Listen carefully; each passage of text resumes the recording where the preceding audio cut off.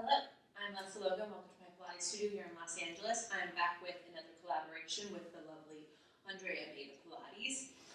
And we have the struggle is real hanging pull-ups. Yeah, so this one, I definitely am being caught off guard. I've not been practicing nearly enough. So the struggle is super real for me. There are two. And I'm going to show you both of them and then talk about ways that I have been practicing for them without actually doing them. So first of all, when you want to do them, you want to measure your trapeze with your wingspan. So you stand up and you do fingertips on the middle of that bar, fingertips on the middle of that bar, you do your wingspan. That's how you know you're in the right spot. There is a fancy way where you go from standing to jumping on this. I promise you I'm practicing it, and when this makes it on onlinepilatesclasses.com as a free tutorial, you will see that magic happen. But for now, I'm just going to show you how you kind of get into the exercise, okay? So the one facing this way, kind of measure where your elbow is to here.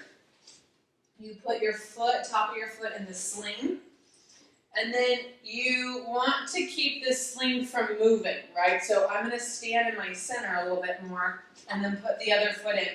And then you're going down and up, trying not to move the sling. So it kind of feels like an up and forward, but you don't want to be going up and forward with the sling. Okay, so my males out there, I would love to see straight arms, up and down, right? For me, just a really tough exercise. So ladies, the struggle is really real. We'll go over things you can do to get ready for it. Now, for the ones facing here, you want to jump and land quietly. And then you come into what looks kind of like an elephant. Then you back bend into what would be like an up stretch or a swan. And then you do 3 pull-ups, right? And then you can go through the whole series again. And then, like a cat, jump out of your equipment. Okay, as I catch my breath. 3 sets of those is so great. And then there are some fancy transitions you can do between the big twist and the pull-ups and doing a whole bunch of acrobatic stuff on the top, which we'll do another day for you. But how the hell do you get these into your body if the struggle is real, like it is for me?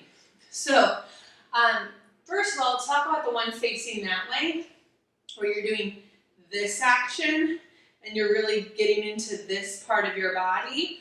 I would actually do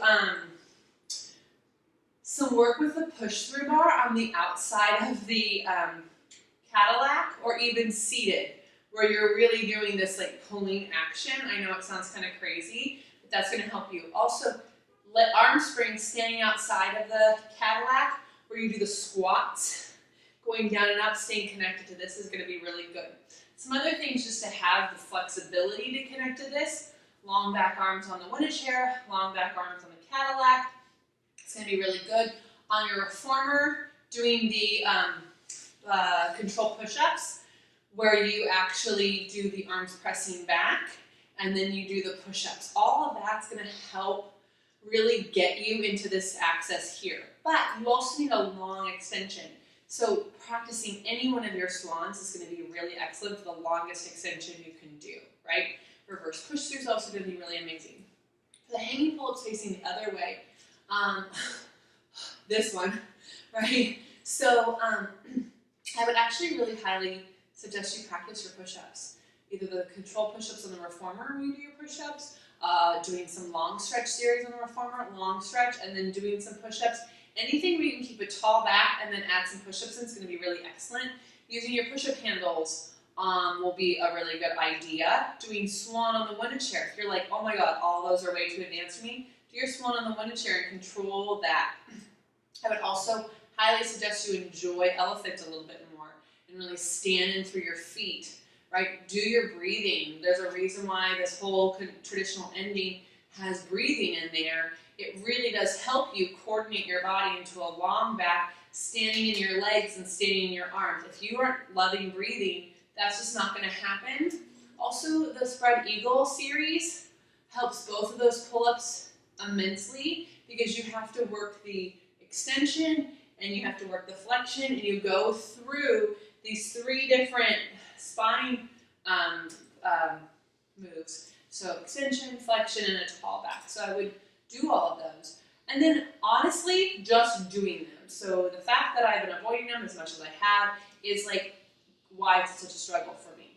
So let's make it less of a struggle for you by getting your practice on. Okay? If you have any questions, you can write them below. Also, we take any of your requests for the Struggle is Real series, and we put them up on Tuesdays, so please contact Andrea or myself and write in a comment or DM us on Instagram. Thank you so much, and I will see you next time.